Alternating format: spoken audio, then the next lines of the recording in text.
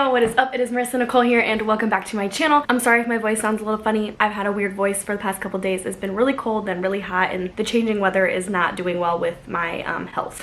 But today I wanted to talk to y'all about some sorority stuff. Here at Ohio State, we recruit in the spring semester, so we start recruitment in January. However, a lot of like southern schools and stuff, they'll start recruiting in the fall, like before you even get to school. I don't know why we don't do that. I wish we did because that would be a lot more fun, but we recruit in January. So I kind of thought it would be a good idea, in case there's other schools that also recruit in January, that for the rest of the year, every Sunday, I would kind of give y'all some sorority tips or recruitment tips or just sorority videos in general. So today's video, as you probably already know by the title, is just going to be the differences between informal recruitment and formal recruitment. While we're talking about informal, we're going to hit some of the key aspects about those things, and I'm going to talk a little bit about both. So we're going to be touching on the dress and apparel differences between the two, the stress levels between the two, the time commitments, the overall experience of the different recruitment types, kind of your requirements, talking points, what you have to do for each recruitment type, your class size, and also the chapter's engagement or attention that you get from each class. Now, before we dive in, I do want to give a disclaimer.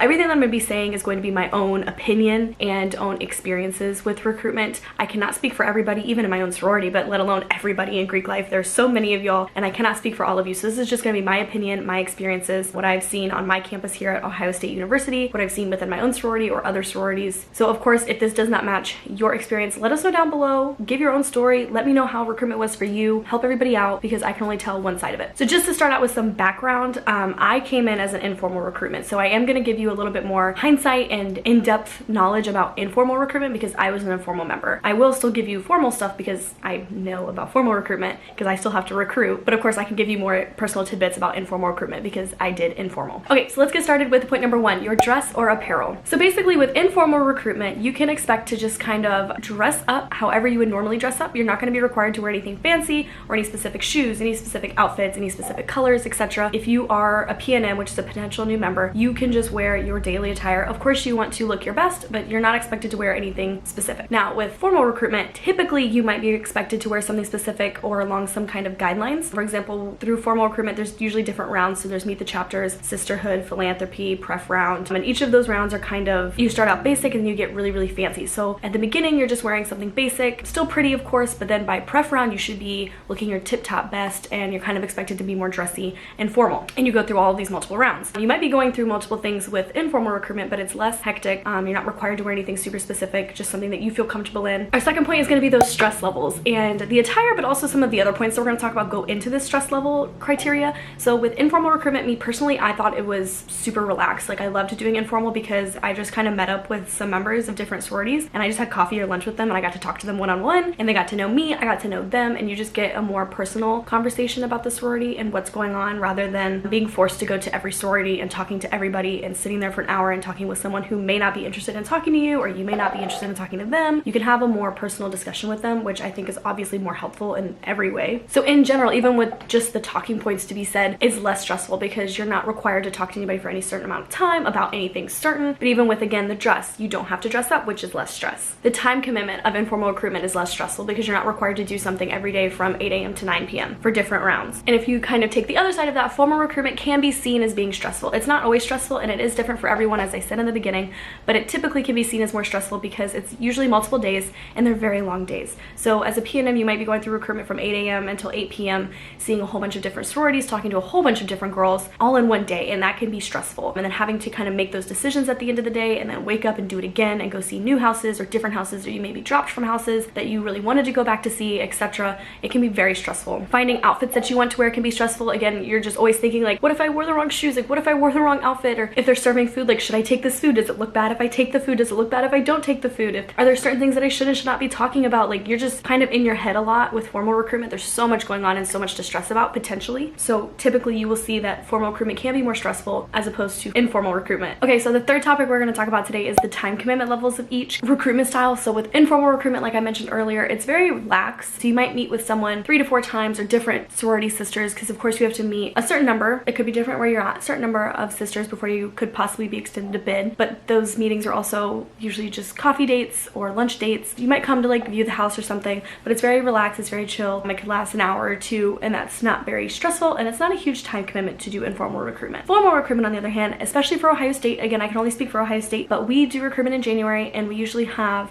Friday, Saturday, Sunday and Friday, Saturday, Sunday for 2 weeks of recruitment. Each day you could possibly as a PNM be recruiting from 8 a.m. until 8 p.m. during some rounds, longer or shorter for other rounds, but also through those rounds you're meeting either all of the sororities at one time or a good amount of sororities all at one time, talking to tons of different girls. And so in general, that time commitment is more increased, because with informal, like I said, those meetings can be 1 to 2 hours, but you can just let them know when you're available. Say, I'm only available Friday at 5. Perfect. It'll be Friday at 5. With formal recruitment, you sign up and you come to those days. If you cannot come to one of those days, you just don't recruit, and that could mean you getting dropped from people. It could mean that you are no longer able to recruit. It can mean a lot of different things, but you have to be there basically Friday, Saturday, Sunday, and Friday, Saturday, Sunday all day, as much as recruitment possibly is. And that might not work with your schedule. What if you work? What if you have finals? What if you have all these things going on? The fourth thing that I want to talk about, like I mentioned, is the experience overall of each. So again, my personal thing is I loved informal recruitment because it was very chill, it was relaxed. I could talk to the sororities that I wanted to talk to, that I was interested in rushing. However, I wish I would have done formal, only because I wish I would have seen all of the sororities. I love going through all the houses, and I never got to see all the houses, and that's just something that I never got to do, which I wish I would have. With formal recruitment, the experience overall is stressful, yes. Typically I always hear, yes, it was stressful, but it was one of the best things that I ever did. Even if people drop and don't go through, they're just like, it was a great experience because I got to see all the houses, I got to see every sorority, I got to talk to a bunch of sorority sisters. Overall, it is just a great experience to go through. It may be stressful and it could just be really awful if you get dropped from a house you really want to go to, but overall you're supposed to trust the process, and it is a great experience overall, as is informal recruitment. However,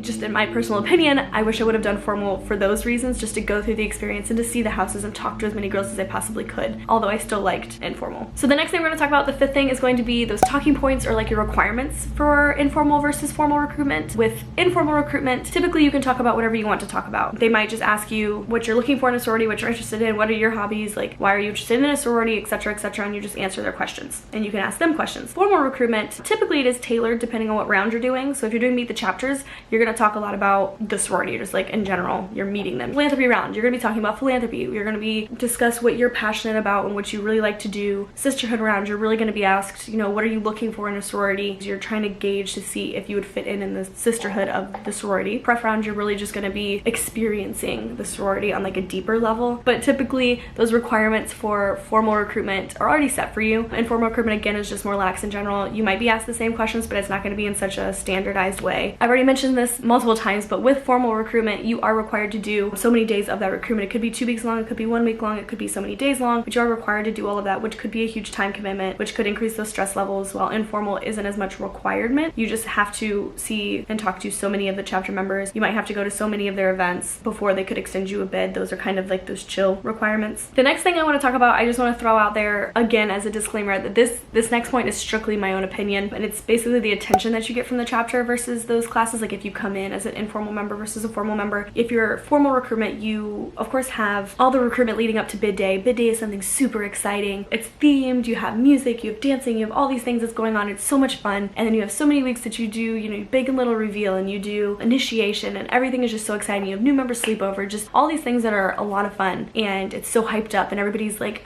like we got new members, it's so exciting, and people talk to you, people come in for a chapter lunch and brunch, and everybody's like, hey, like come sit with me. Everybody just knows that there's new members in the house, and they know that it's recruitment time and it's exciting. However, with informal recruitment, it wasn't as hyped as like formal. I know when I came in, I didn't think anything bad of it, like when I was going through it. Not say that it's bad at all, but when I went through informal, it was just kind of there, and I was like, yeah. And then formal came up, and I was like, whoa, this is like 10 levels above like what I got. Not saying what I got was bad again. We had a bid day, but it was like a movie night. So we just came over in our pajamas and we watched Moana. Even speaking for one of my friends, like she didn't even get a bid day for informal because she kind of came in later than some of the other informal girls. So like you don't get a bid day. You get big little reveal. But again, I got big little reveal I think with 2 other people, but my friend got her big little reveal by herself, which could be less exciting, less, you know, it's not like a huge thing. A lot of the chapter members didn't come down to like watch it. So people were there, of course, but not like the whole chapter was there. It wasn't like this big thing that was planned, and it was so much fun. Of course it was fun, and I got my big, and I loved my big, and I didn't think anything of it at the time. Again, it's just when we did formal, this is like so much more. If that's something that you hold strongly, or like that you really want, that might make you decide on whether you're going to do informal or formal. Like with me, it doesn't matter. I don't care if I get all the attention in the chapter. Like I'm just excited to be here. I wanted a big, I'm here. I don't care. It was just something that I noticed. So I just wanted to throw that out there just in case some of you, if that is like a tipping point on which one you're going to do. And the last thing I want to talk about that kind of goes with the attention and what's going on with informal versus formal is your class size. My class with informal was super small. However, formal classes are usually huge. These are not our numbers because I'm not going to like throw my numbers out there, but I'm just stating hypothetically. Usually for like formal recruitment, sororities will get like 30, 40 girls, even plus or of course minus, it doesn't matter, but they could get tons of girls for formal recruitment. And then informal recruitment, they might get anywhere literally from like 4 people to 15-ish. Definitely just depends on the sorority and how many seats or spots you have open to take informal girls. But typically you do see that those class sizes are smaller with informal as opposed to formal recruitment being bigger. There's pros and cons to that. However, with my class being smaller than a formal recruitment, I was able to get close with a lot of my pledge class. That may be something that's going to sway your opinion or choice on whether what you're going to do. Because I know with me, I like being close with all of my pledge classes. I know details about all of their lives. I've hung out with all of them. I'm friends with all of them. I love all of them. With my class being so small, it's so easy to love each other and get to know each other and be on that like closer like level with them than you could with like 30, 40, 50 girls. And that in general could be true with like the sorority size in general. I mean, are you a part of a smaller sorority that's going to have like 50 to 80 girls, or are you going to be part of a large sorority that has like 200 plus girls in the sorority? Are you going to know everybody in a large sorority, or are you going to be more close with a smaller sorority? Both have pros and cons, and I'm not saying one is better than the other. It's definitely what you want and what your expectations are and what you want out of a sorority and what you know that you're gonna, you know, vibe with better. That's basically everything that I wanted to talk about in this video, at least. If you guys have any questions about informal or formal recruitment, leave them in the comments below, because next week when I do my next sorority video, I'm going to answer them for you. Basically, if there's any questions, I'm going to start the video off by answering all of the questions for you, because this is going to kind of be my like sorority Sunday or like Sororette Sunday kind of thing. I'm going to do this for the rest of the Sundays here for the rest of the year. So if you have questions, post them down below. I will answer them in the next video. So today we kind of talked about the recruitment side of sorority life. Next week I do want to talk about what to expect when you're in a sorority. Like, what do you get out of being in a sorority? What are those typical things that people want or look for? What are those things that like you don't really realize that you're going to get when you get in a sorority? So that's what we talk about next week, and I'm super excited to do this kind of like mini series with y'all for the rest of the year as we lead up to recruitment, because recruitment is coming and I'm super excited, and I'm sure everybody on campus is super excited. Recruitment in general is just really exciting, no matter if you're doing it in the fall or the winter, informal or formal. I love them all, and I'm super excited to be in my sorority, period. It's brought me some of my best friends. It's brought me a lot of close people in my life. It's brought me so many opportunities, and I absolutely love it, no matter if I was formal or informal or whatever else I'm going to talk about for the rest of the year. Rushing was definitely something that I don't regret, and something that has made me a better person and has allowed me to grow. I have my sorority to thank for that, and also everybody that's come to me from my sorority. So I hope you enjoyed today's video. Again, ask me questions down below and I'll answer them next week in my next video. Bye.